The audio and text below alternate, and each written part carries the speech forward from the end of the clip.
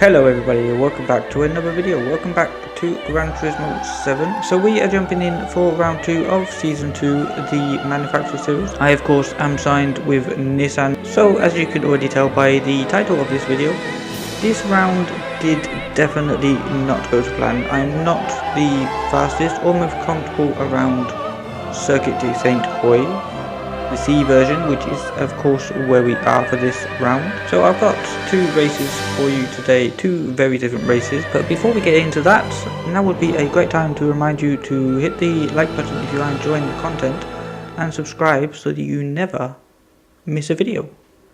But with all that said and done, let's get into the first clip right now. So this first clip is from the replay cam. Now pay attention to the yellow Nissan up ahead. That is me, of course. So this was my very first race of the day. No practice, just jumping straight in. See what we can do. Going in blind as we like to do. As you can see there, getting ran into the wall immediately into turn 2 from the Subaru. That's going to give this Corvette the run all the way down this straight. So we'll see if we can brake a little bit later, go around the outside. We do of course have the slipstream and the Nissan is far superior in terms of top speed. You see here it's all getting very messy as we actually just get tapped around on turn number 3. There we are in the background spinning our tyres. And that was the end of race 1. So that was a bit of a sign of things to come throughout this session. But we're going to move on now to race 2. So for this one I did a bit of practice, did a qualifying lap. That qualifying lap is actually going to set us on pole position, not the fastest in the world, but in a B-rated lobby, a pretty good time.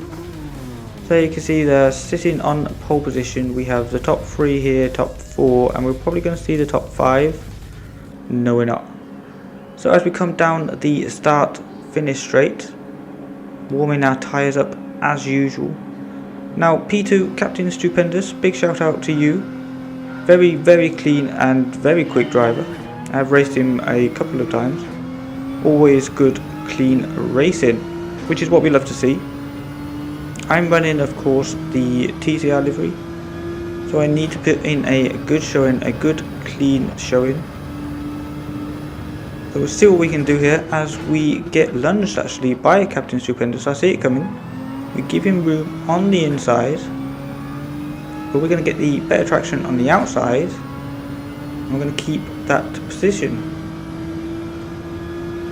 We're coming down here into 5th gear as we come to the end of the second straight. Coming into a tight hairpin. Braking just after the 150 mark, we get it stopped, we get it turned in, and away we go. So you can see that the gap already up to 1 second, as there's a bit of fighting between the Portuguese and Captain Stupendous. So that is going to play into our hands as we go around this very difficult corner here. Very much off camber, and go too wide and you are visiting the grass. So good throttle control is needed for that particular corner. Now Circuit de Sainte Croix, it is one of my weakest tracks. Up there with Fuji. Of course there is a lot of blind corners. Don't really know where you're going. And of course it is a very long track. So memorizing any sort of circuit, it really depends on how long the track is, in terms of how difficult or easy it is to learn. So this is one of my weakest tracks, but that's enough of the excuses. Let's get into the racing action. Now this corner coming down here onto the bridge is very satisfying if you get it completely right. We missed the apex quite a bit there, but it's not going to matter. As we look behind, the gap is still staying around about 2.6 seconds. So they are fighting behind, so that's going to give us a lot of breathing room. We're going to stay on board for the first lap. As you can tell, this was a pretty clean, boring race. Not a lot of action happened up here in front. All of the action happened between the top free. As we get that exit pretty much nailed there. The exit of that corner is particularly crucial as it gains you massive amounts of speed all the way down this very long straight. One of the longest straights on the circuit. Of course there are quite a few at Sainte Croix, but this is by far the longest. All the way up into 6th gear, reaching a top speed of 153. This is also a very difficult corner to get right. As you're gonna see up on the delta there, Captain Stupendous getting punted. So he's gonna move all the way down the order. He actually rage quit not long afterwards. So something else must have happened there in the pack. But we're gonna carry on. We have a 4-second gap now to P2. As you can see there, Captain Stupendous not happy with his fellow drivers. I've seen the replay, I can understand why. But that's for him to deal with. We have a race to win. So coming round the final corner, also a very tricky corner to get right. As you see there, we missed the apex by some distance there. You can really take a lot of that corner. So coming over to start lap 2, we are actually going to fast forward now to the end of the race. As you can see there, fast lap of 350, and the gap to the guy behind finished at around 17 seconds. So a pretty comfortable win for us. We did use that as quite a good practice for the race and for the lap times. You see there, P2 coming home in with 17-second gap. As we collect our rewards here, we get a pole position, fast lap, clean race, and a victory to boot. So all in all, the perfect race. However, coming on to the next race, this was the race immediately after that incredible high of the victory. Starting in P16, we just wanted to jump in. Now that we've got a little bit of practice, we wanted to jump in, see how far up we could get. We have a little bit of pace, considering we pretty much dominated the second race. So we're going to see what we can do from the back. Getting ready to start here. We have a Mustang up ahead. We then have a Porsche which does lack top speed. So we'll see what's going to go on into the kink. Trying to get some slipstream. It does seem like we're a little way back. But of course the Nissan doesn't have the greatest acceleration. However, we're going to gain right up on the Mustang. We're going to gain that position. However, we are on a tighter line. So he's going to get the better traction coming out of the exit. Able to get on the power that little bit earlier.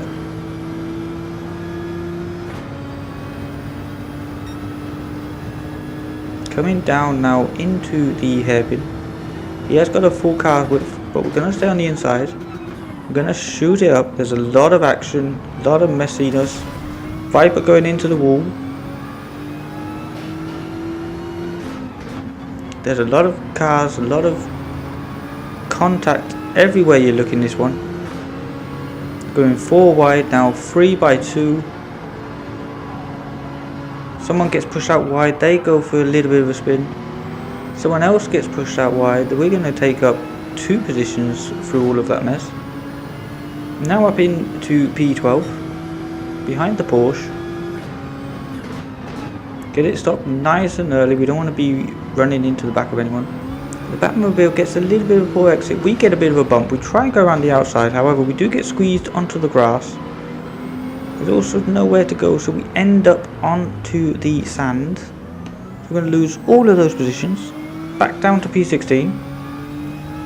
But we're going to carry on. I don't really think that was anyone's fault. If anyone's fault, that was mine. Just trying to put the car where there was not a gap.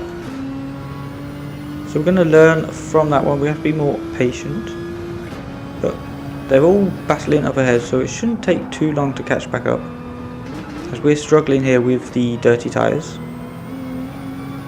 You're going to get a good exit onto the bridge.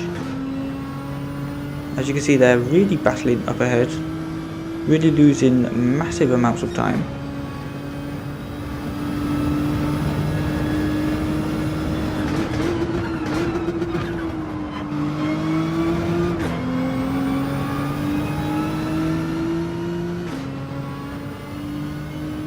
Get it stopped here, or get it slowed down at least.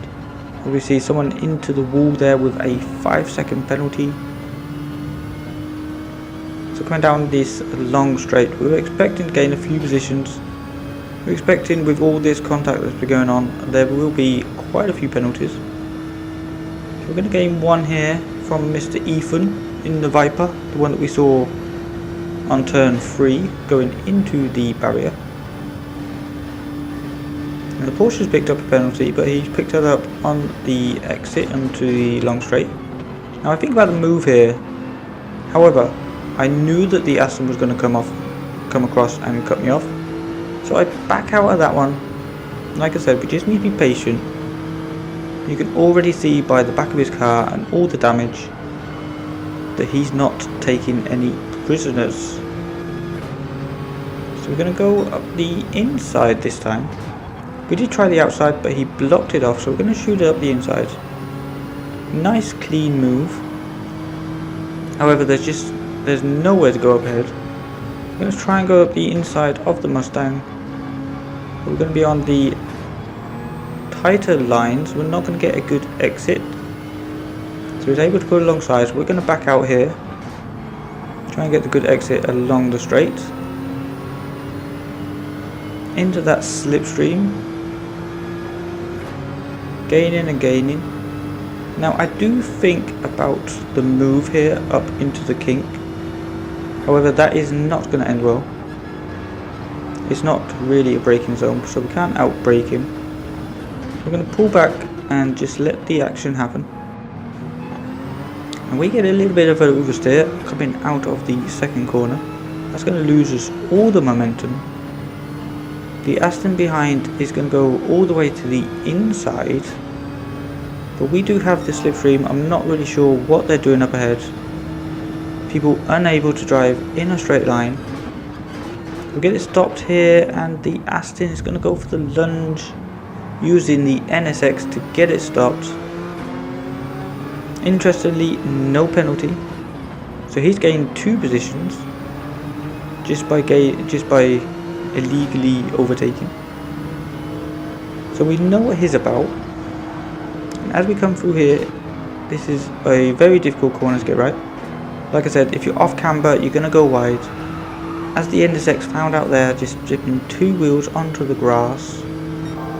Unable to get it stopped, and goes to visit Mr. Barry R. So we're back up behind the Batmobile here. See if we can find another clean move to make on this guy. I will not expect it in return.